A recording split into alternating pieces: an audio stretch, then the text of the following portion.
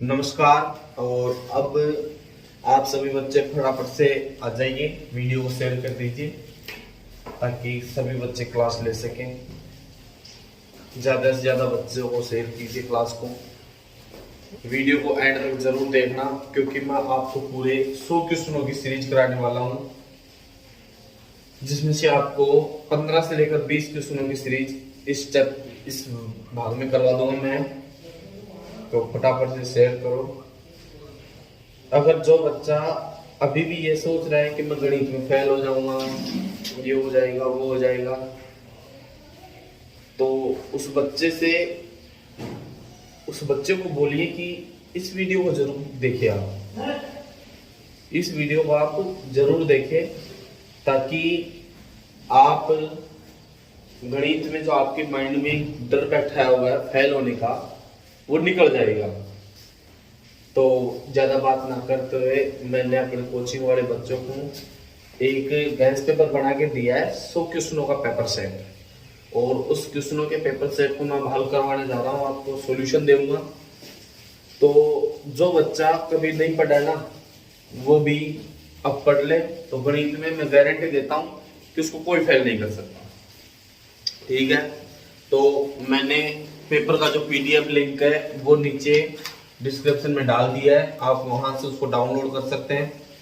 और फिलहाल मेरे हाथ एक पेपर की हार्ड कॉपी है, देख सकते हो कि कहीं ऐसा ना भी मुझे सॉल्यूशन कराना बैठ जाए। सॉल्यूशन नहीं पेपर की होंगे। ठीक है, चल देखो, सबसे पहला क्वेश्चन है आपका, यूक्लिड विभाजन परिमेय क्या है। यूक्लिड विभाजन परिमेय क्या है, या फिर इसी क्वेश्चन को मैंने इसकी लैंग्वेज चेंज की है कि निम्न में से यूक्लिड विभाजन परिमेय क्या हो सकती है, या यूक्लिड विभाजन परिमेय कौन सी है। यूक्लिड विभाजन परिमेय के बारे में आप क्या जानते हो, ये क्वेश्चन मान लो कि आपके आ जाए तो देखो सीधी सी बात है, यूक्लिड विभाजन परिमेय क्या होती है। देखते पढ़ते हैं कि यूक्लिड विभाजन परिमेय क्या होती है। ज्यादा से ज्यादा आपका 1 नंबर का क्वेश्चन पूछेगा, और यूक्लिड विभाजन जो परिमेय होगी वो होती है a बराबर b into Q plus r, जहां r बराबर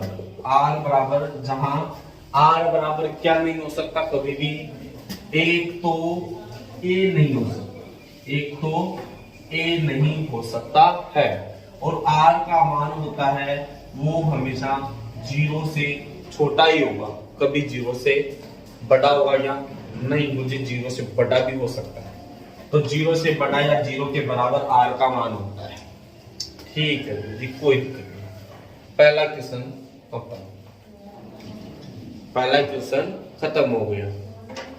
दूसरा क्वेश्चन देखते हैं क्या है अपना। देखो दूसरा क्वेश्चन है, कुछ भी नहीं, सीधा प्रूफ रीडिंग है। पूरी किताब की एक तरीके से मान लो कि प्रूफ रीडिंग हो रही है। और दूसरा क्वेश्चन आपका है, निम्नलिखित संख्याओं को अभाज्य गुणनखंडों के गुणनखंड के रूप में व्यक्त कीजिए। यानी आपके प्रश्न है, निम्नलिखित कोई संख्याएं हैं 140 है, और इस 140 को अभाज्य गुणनखंडों के गुणनफल के रूप में व्यक्त करना है। एक आता है गुणनखंडों का गुणनफल, एक तो आता है गुणनफल, और एक आता है गुणनफल की घात। दोनों चीजों में फर्क आता है। देखो दोनों चीज समझा देता हूं कि गुणनफल का गुणनखंडों को गुणनफल के रूप में तो कैसे लिखेंगे, और गुणनखंडों को गुणनफल की घात के रूप में कैसे लिखेंगे। देखो 140 है, नॉर्मली आपको हल करना है इसको, तो नॉर्मली आप हल करोगे, 2 का भाग दिया 140 में 70 बार, फिर 2 का भाग गया 70 में 35 बार, फिर 3 का भाग जाएगा नहीं तो कितने का जाएगा, 5 का गया 7 बार, और 7 का गया 1 बार, खत्म है। यानी मैं इसको नॉर्मल लिखता हूं 2 गुणा 2 गुणा 3 गुणा 5, ऐसे लिखूंगा क्या, सॉरी 5 गुणा 7, ये लिखूंगा ना। ये तो हो गया अभाज्य गुणनखंडों का गुणनफल, ये तो हो गया अभाज्य गुणनखंडों का गुणनफल हो गया ये तो। और अगर इसी को मैं आगे लिखूं गुणनफल की घात के रूप में, तो 2 की घात कितनी हो गई, 2, यानी 2 की घात 2, 5 एक बार, 5 की घात 1, 7 एक बार, तो 7 की घात 1, ये हो गई गुणनखंडों की गुणनफल घात। देखो 2 वर्ड आते हैं ना, गुणनफल और गुणनफल की घात। 140 संख्या दी गई है, 140 है, 140 में 2 का भाग गया 70 बार गया, 2 का गया 35 बार, 5 का गया 7 बार 7 में गया, एक में एक बार, 2 गुना 2 गुना 5 गुना 7, ये गुणनखंड हो गई इसके 2 की घात 2, 5 की घात 1, 7 की घात 1, और ये हमारा आंसर हो गया। इसके बाद हमारा इसी में अगला क्वेश्चन है 156 को गुणनखंडों के रूप में व्यक्त करो। 156 को गुणनखंडों के रूप में व्यक्त करो। 156 है, 156 में 2 का भाग है, कितने बार जाएगा? 2 7 14 2 8 16, 78 आ गया। फिर 2 का भाग गया, 4 दूना 68, लगभग 35 दूना 70, कितने बार जाएगा? 40 दूना 80, तो 39 दूना 78। फिर 3 का जाएगा 3 3 39, और 13 का गया 13 1 13। इसको अविभाज्य गुणनखंडों के रूप में लिखोगे तो 2 गुणा 3 गुणा 13, और 2 की घात 2 हो जाएगी, 3 की घात 1 हो जाएगी, और 13 की घात 1 हो जाएगी। That is my answer. इसके बाद देखो अगला क्वेश्चन है इसी में 38 25 का।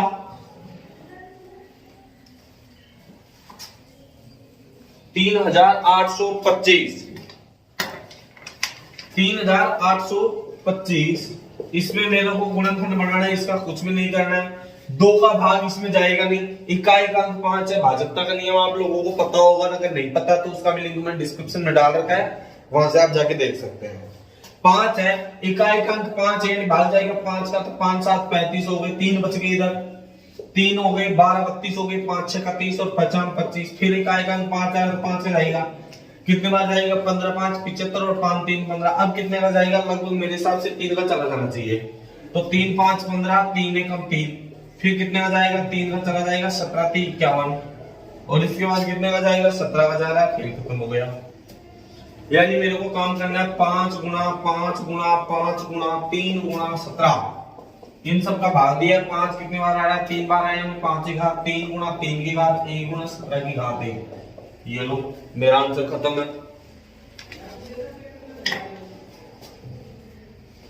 क्योंकि आप उतारना चाहते हो, आप आराम से वीडियो को पॉज करके उतार सकते हो,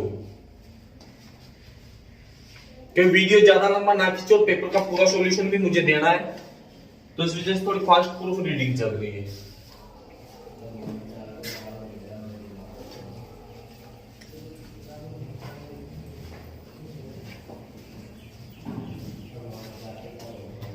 देख, इसके बाद है आपके 2 क्वेश्चन में छोड़ रहा है, इसमें 5005 और 7429, इन सब का आपको दोनों करना है। रेखीय समीकरण है 3x बटे 2 प्लस 5y बटे 3 बराबर 7 है, और 9x प्लस 10y बराबर 10 का युग्म क्या होगा? युग्म का मतलब होता है इनका समीकरण मान कितना होगा।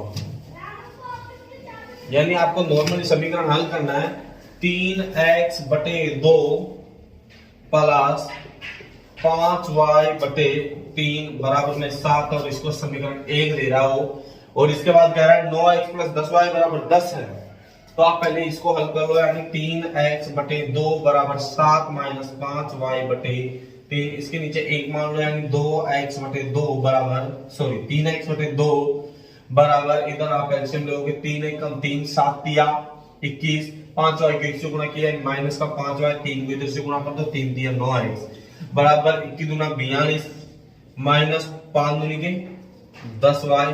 यानी आप क्या करोगे? 9x प्लस 10y बराबर कितने आ गए? 42 आ गए। मेरे हिसाब से आपका शायद दूसरा समीकरण कुछ ऐसा ही है लगभग। यानी आपका दूसरा वाला समीकरण इसमें दे रखा है 9x plus 10y, 9x plus 10y बराबर में 10 दे रखे। समीकरण 2 है, ये समीकरण 1 हो गया। समीकरण 1 में से समीकरण 2 को घटाने पर, जब समीकरण 1 में से समीकरण 2 को घटाता हूं, यानी 9x प्लस 10y बराबर में 10 आता है। यानी आपको कुछ नहीं करना है, इसको घटा दो, घट गए, कैंसिल हो गया, कुछ नहीं बचा, 32 आ गए। तो यानी इसका जो युग्म होगा वो 32 होगा। एक तरीका और, इसका युग्म अगर आपको सिंगल समीकरण दे तो उस समीकरण में आपको कुछ नहीं करना है, x और y का मान निकालना होता है, जो आगे के क्वेश्चनों में बता दूंगा कैसे दूसरे तरीके से युग्म निकालते हैं। देख, इसके बाद है एक समांतर श्रेणी का प्रथम पद 5, अंतिम पद 45 है। यदि सभी पदों का योग 400 हो तो पदों की संख्या ज्ञात कीजिए। आपको इसने 4 चीज दे रखी है। पहले दे रखी है प्रथम पद का a का मान कितना दे रखा है 5।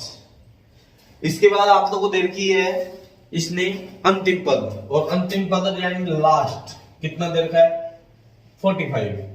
यानी पहला पद इसने 5 दे रखा है और अंतिम पद आपको 45 दे रखा है, और उन पदों का योग यानी एस एन आपको दे रखा है कितना 400। तो कह रहा है कि पदों की संख्या ज्ञात कीजिए। क्या कह रहा है, पदों की संख्या ज्ञात कीजिए, यानी आपको चाहिए एन की वैल्यू। एन की वैल्यू चाहिए तो देखो सबसे पहले आपके पास ना तो डी है, तो आपको सबसे पहले डी निकालना पड़ेगा। डी के लिए आप क्या करोगे कि गुरुजी प्रथम पद यानी अंतिम पद कौन सा है 45 है अंतिम पद। मेरे को पदों का मान ही पता नहीं है, अंतिम पद 45 है, ये नहीं कह रहा है कि इतने नंबर का पद 45 है। तो मेरे को सबसे पहले एन की वैल्यू चाहिए। किसकी वैल्यू चाहिए एन की, लेकिन उससे पहले भी मेरे को किसकी वैल्यू चाहिए डी की वैल्यू चाहिए। किसकी वैल्यू चाहिए डी की। तो एस एन बराबर आप क्या करते हैं एस एन बराबर फर्स्ट प्लस लास्ट, तो 45 और 5 50 एस एन की वैल्यू कितनी है 400 बराबर फर्स्ट संख्या कितनी है 5, अंतिम संख्या कितनी है 45, 45 और 50 कितने हो गए 50 हो गए। 50 बराबर 400, लेकिन ये क्या रहेगा आपको एन चाहिए तो ये एन हो जाएंगे 5 का 20 40 हो जाएगा। 5 0 कट गया 5 के 5 8 40 सॉरी।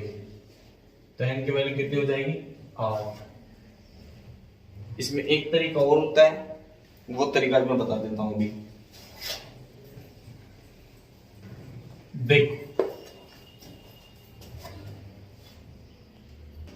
देख आपका अगला क्वेश्चन है थीटा का ऐसा मान जिसके लिए sine 44 degree plus theta, sine 44 degree plus theta बराबर क्या आता है कोस 30 डिग्री। अब आपने एक सूत्र पढ़ा होगा कि sine 90 minus theta, sine 90 degree minus theta बराबर होता है कोस थीटा। लेकिन इस बार हम काम क्या करेंगे उल्टा करेंगे कि इसका योग 90 होना चाहिए। इसका योग कितना होना चाहिए 90 होना चाहिए, यानी साइन थीटा बराबर 44 प्लस 90 में से 44 गए तो कितने बचेंगे लगभग, यानी 90 में से 44 जाएंगे, यानी 44 और 50 50 और 40 लगभग 46 डिग्री बराबर कोस 30 डिग्री। यानी थीटा की वैल्यू ये रही है, यानी साइन इसकी इक्वल मान क्या रहेगा कोस 46 डिग्री, कोस 46 डिग्री बराबर कोस 30 डिग्री। इसलिए थीटा का मान हो जाएगा यहाँ पे 46 डिग्री कोमा 30 डिग्री।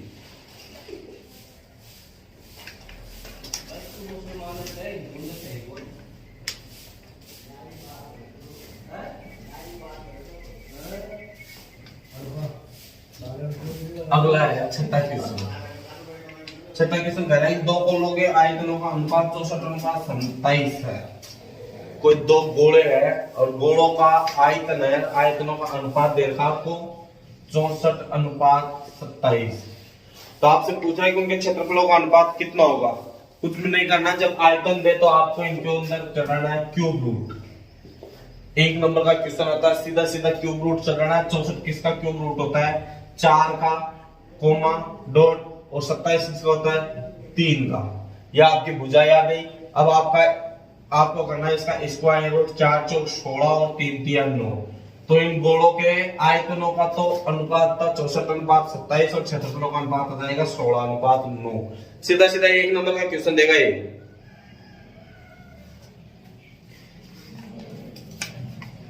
इसके बाद देखो, इसके बाद है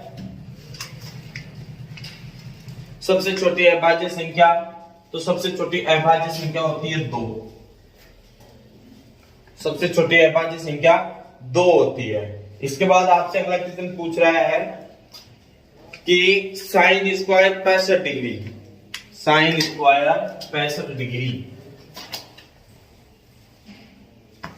sine square 65 degree, sine square 65 degree plus आगे कह रहा है साइन स्क्वायर 25 डिग्री, इसका इज इक्वल मान क्या होगा, कुछ भी नहीं है, 65 को जोड़ो और सीधा 25 को जोड़ो। 65 और 25 मेरे हिसाब से 90 होते हैं, और आप कोई सी भी डिग्री जिसमें मान यदि उसका 90 डिग्री मान आ जाए ना तो उसका सीधा आंसर होता है ए।